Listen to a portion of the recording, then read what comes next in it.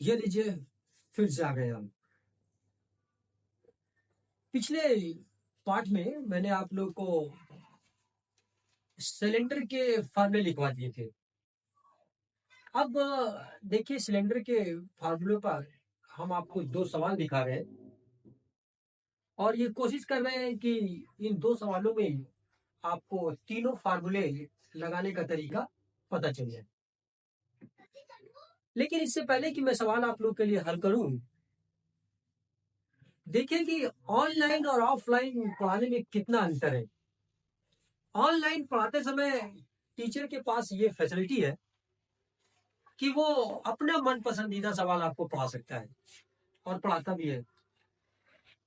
Offline का ये मजा है कि आप बिल्कुल टीचर के सामने होते हैं और आप अपने किसी भी आ, संशय को या सवाल को या प्रॉब्लम को उससे बिल्कुल सामने सामने पूछ सकते हैं। तो ऑफलाइन पढ़ाने का एक अपना मजा है और ऑनलाइन पढ़ाने का एक अलग ही मजा है।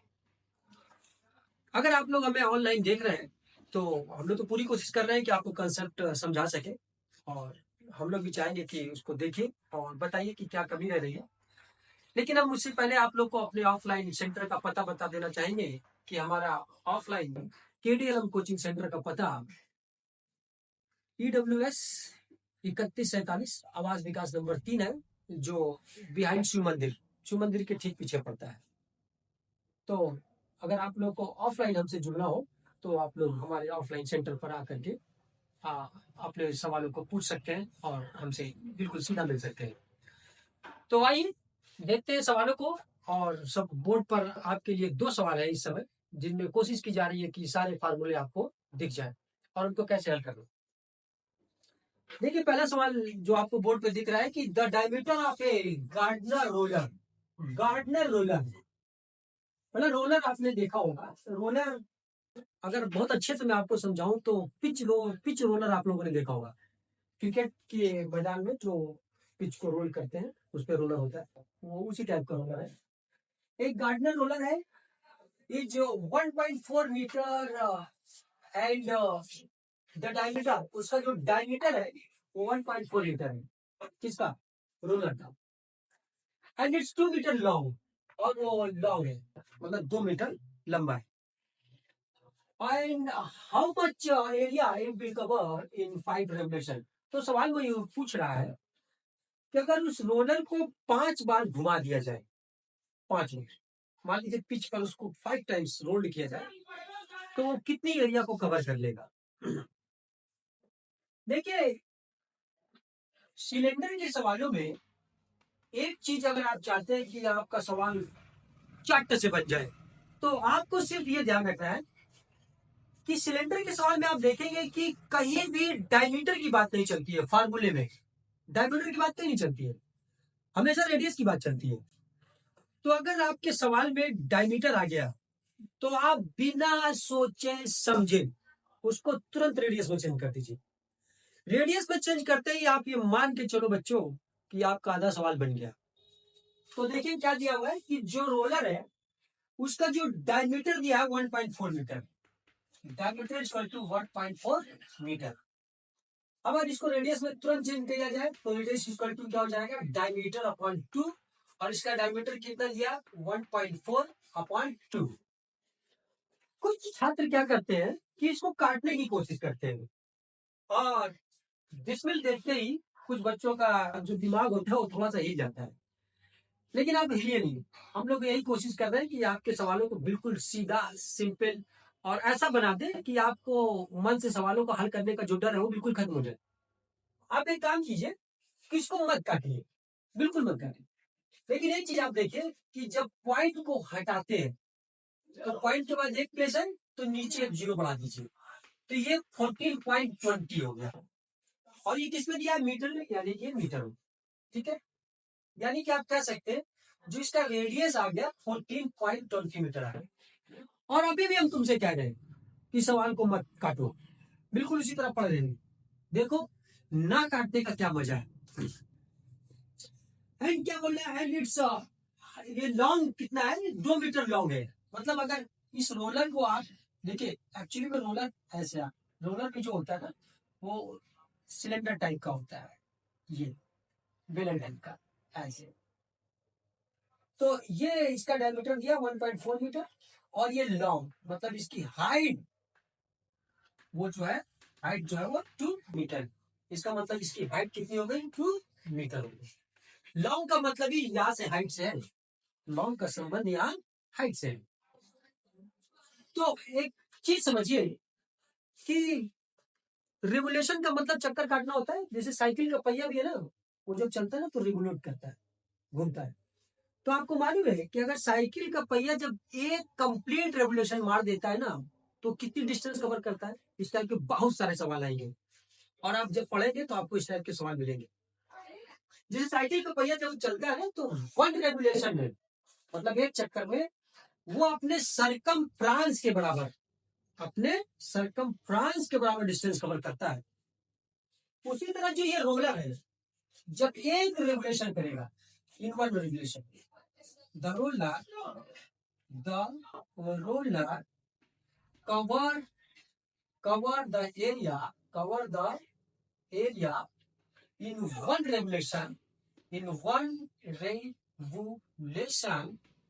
is equal to its curved surface area। मतलब वो जो रोलर होगा एक चक्कर में अपने कर्व सरफेस एरिया के बराबर एरिया को प्लेन करेगा। कितनी एरिया को, तो इज इक्वल टू क्या आ जाएगा इसका कर्व सरफेस एरिया की। और हमने आपको पीछे वाले पार्ट में लेक्चर में ये बता दिया है कि सिलेंडर का जो कर्व सरफेस एरिया होता है वो कितना होता है, 2πr/h होता है। तो आ जाइए, ये तो हो गया 2 पाई की वैल्यू आपको जानते हैं कितनी होती है, 22/7 होती है या 3.14 होती है। कुछ बच्चे यहाँ भी कंफ्यूज हो जाते हैं कि सर 3.14 लगाए कि 22/7 लगाए। तो इसका पता ढूंढने का सिंपल सा रिजल्ट है, रेडियस के पास पहुंच जाओ। रेडियस इसकी कितनी है, 14/20 है। तो जैसे ही तुम पाई की वैल्यू 22/7 लगाओगे ना, तो देखो 7 जो है वो 14 को डिवाइड करता है।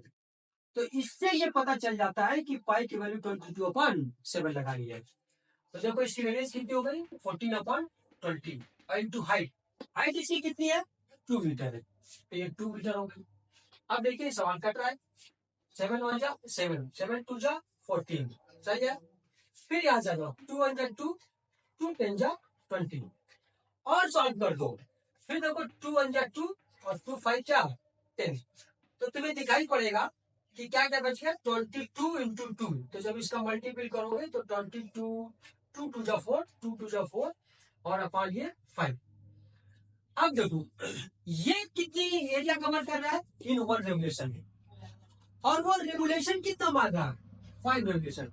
और एक बात याद रखो, एरिया हमेशा स्क्वायर में निकलती है, और ये सारा जो यूनिट दिया हुआ है उसका डायमीटर भी मीटर में है, लॉन्ग भी वो 2 मीटर लॉन्ग है।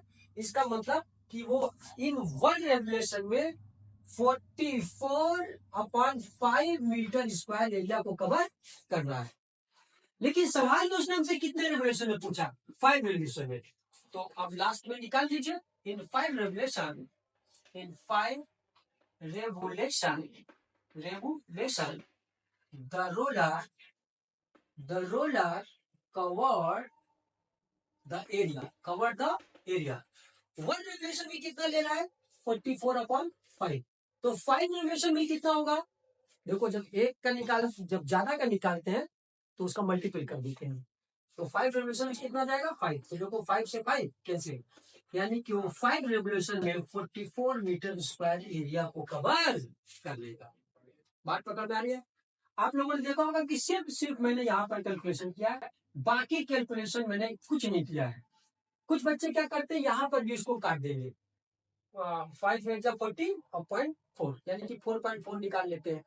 तो उसमें टाइम आपका लॉस होता है। आप कोशिश कीजिए कि सवाल को जितना कम से कम कैलकुलेशन कम करके उसको जितनी तेजी से हल किया जाए, ताकि आपको समय बचे और आप ज्यादा से ज्यादा सवालों को पेपर में बना सकें। तो ये आपका पहला सवाल था। आइए दूसरे सवाल में आते हैं। क्या बोल रहा है, a rectangular piece of paper, एक रेक्टेंगुलर पीस ऑफ पेपर है वो क्या है कि ये जो 88 सेंटीमीटर लॉन्ग है, वो 88 सेंटीमीटर लॉन्ग है। तो देखिए मैं आपके सामने एक पेपर लेकर के आया हूँ, आपको शायद कैमरे में दिख रहा होगा कि ये 88 सेंटीमीटर, ये देखिए ये लॉन्ग है। यहाँ 88 सेंटीमीटर आपको दिख रहा होगा, ये 88 सेंटीमीटर लॉन्ग है। और क्या बोल रहा है कि 10 सेंटीमीटर वाइड है। और देखिए यहाँ पर ये 10 सेंटीमीटर वाइड है, चौड़ा है। और बोल रहा है कि a cylinder is formed by rolling the paper along its length. इसके लेंथ के अकॉर्डिंग, देखो ये इसकी लेंथ है ना, इसके लेंथ के अकॉर्डिंग इसको रोल्ड कर दिया गया है। ये देखिए ऐसे इसको रोल कर दिया गया है। जब आप इसको ऐसे रोल करेंगे तो आपको एक ये सिलेंडर बना हुआ दिखाई दे देगा। देखिए इस टाइप का ये सिलेंडर बना हुआ दिखाई देगा। किसके थ्रू अलाउंग किया है, किसके अलाउंग किया है, लेंथ के। तो देखो जब ये लेंथ के अकॉर्डिंग इसको रोल कर दिया जाता है तो आपको ये सिलेंडर बना हुआ दिखाई देता है। तो देखो ये कितना है, 88। तो इसका मतलब ये इसका सरकमफ्रेंस हो गया। देख रहे, जब इस बेस पे खड़ा हो जाएगा तो ये 88 जो हो जा रहा है, इसका क्या हो जा रहा है, सरकमफ्रेंस हो रहा है। तो यहाँ से इसका सोल्यूशन जब निकाल लेंगे तो आपको तुरंत क्या दिखाई पड़ेगा, circumference of cylinder. Circumference of cylinder वो कितना हो गया, 88 सेंटीमीटर। और जब ये नीचे देखो क्या बन जाता है, सर्किल बन जाता है। और ये इसका सरकमफ्रेंस हो, तो सर्किल का सरकमफ्रेंस होता है कितना है, 2 पाई आर होता है। यानी कि 2 पाई आर की वैल्यू कितनी दी हुई है, 88 सेंटीमीटर। अब देखो फिर यहाँ पर बच्चा कंफ्यूज हो जाता है कि सर यहाँ पे पाई की वैल्यू क्या लगा दे, 22.7 लगा दे कि 3.14 लगा दे। तो यार इसका सिर्फ एक ही चीज है, एक तो प्रैक्टिस और दूसरा समझना कि देखो ये 2 हो गया इंटू पाई की वैल्यू 22/7 लगाओ। वाई, क्योंकि 22 के टेबल में 88 आता है। 22 4 जा 88। यही चीजें तुम लोग को पकड़नी है कि यार कहाँ पर 3.14 लगाना है और कहाँ पर 22/7 लगाना है। तो वो डिजिट बताती है कि अगर डिजिट कट रही है तो तुम 22/7 लगाओ चटाक से। और यहाँ आ गया आर इक्वल टू 88। अब देखो अगर इक्वल इस सामने ऊपर से ऊपर डिजिट कट जाती है, इक्वल में दोनों तरफ अगर आप देखेंगे तो ये ऊपर से ऊपर की डिजिट कटती है, नीचे से इसको नहीं काट सकते हो, ये ध्यान रखना। यानी कि 22 1 जा 22 और 24 जा 22 4 जा 88। फिर देखो ये ऊपर है, यानी कि 2 1 जा 2 और 2 2 जा 4। तो तुम्हें दिखाई पड़ेगा R1 जा R/7, ये नीचे है। और इक्वल टू इधर कितना हो गया 2, इसके नीचे 1 लगाओ, क्रॉस मल्टीप्लिकेशन मार दो तो R1 जा R इक्वल टू 7 2 जा 14। यानी कि वो जो रेक्टेंगुलर पीस ऑफ पेपर जो एक सिलेंडर का फॉर्म ले रहा है उसकी रेडियस कितनी हो जा रही है, 44 सेंटीमीटर हो जा रही है। और यहाँ पर जब हमने तुमको दिखाया था कि जब इसको हम रोल कर रहे हैं तो ये इसका सरकमफ्रेंस बन जा रहा है 88। और ये जो इसका वाइड सिस्टम है जो दिखा रहा है कि 10 मीटर वाइड है, वो तुम्हें उसकी लेंथ बनी हुई दिखाई पड़ेगी। जब उसको मोड़ते हो तो वो तुमको उसकी लेंथ, और लेंथ ही इसमें हाइट का काम करती है। तो इसका मतलब ये इसका हाइट का काम करने लगेगी, इसका मतलब इसकी हाइट कितनी हो जाएगी, 10 सेंटीमीटर हो जाएगी। अब यहां से आ जाओ, देखो तो क्या क्या निकालना है इसमें, rolling the paper along length, find its पहला वॉल्यूम निकालना है, कॉन्फरेंस सरफेस एरिया निकालना है और टोटल सरफेस एरिया निकालना है। तो सिलेंडर के सवालों में विशेष बस यही होता है कि अगर आर और एच तुम्हें पता चल गया तो तुम कोई भी चीज निकाल सकते हो। अब तुमको यहाँ पे आर भी मिल गया है, एच भी मिल गया है, तो इसका पहला निकाल दो वॉल्यूम ऑफ सिलेंडर।